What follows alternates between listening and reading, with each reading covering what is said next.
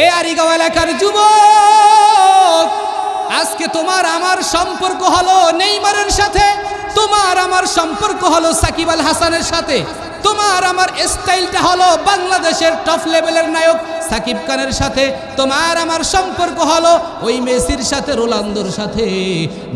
মনে করে 100 বার মনে করে রাখবা, আমার রাসূল হাদিসের মধ্যে জানায় দেয়, মান তাশাব্বাহা বিকাউমিন ফাহুয়া মিনহুম। যেই ব্যক্তি যেই জাতির সাথে সাদৃশ্য রাখবে, হাসরের ময়দানে তাকে ওই ব্যক্তির সাথে উঠে জাহান্নামে ফালায়া দেওয়া হবে। নবী আমার বলে, কে কান্না করতেছো?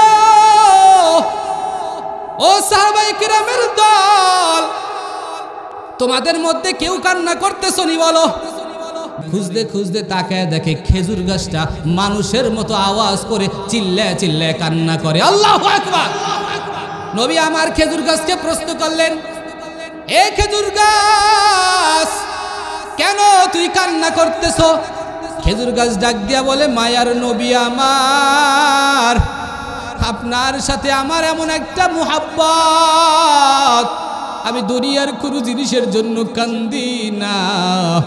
ও নবী আমার, এই যে এতদিন পর্যন্ত আপনার মোবারক দেহটা আমার দেহের সাথে লাগছে, আপনার মোবারক দেহের যেই সুঘ্রাণ আমি খেজুর গাছ পাইছিলাম, এই শরীয়তপুরের যুবকরা যদি আরিগাঁও থেকে একটা তাকবীরের ধ্বনি দিতে পারে, সারা বাংলাদেশের মধ্যে যেথায় যেথায় নাস্তিকের বাচ্চারা আছে ওদের ঘুমকে আল্লাহ হারাম করে দিবে, ওদের রাজপ্রাসাদগুলো ভেঙে চুরে খান খান হয়ে যাবে। ঠিক কিনা জোরে বলো।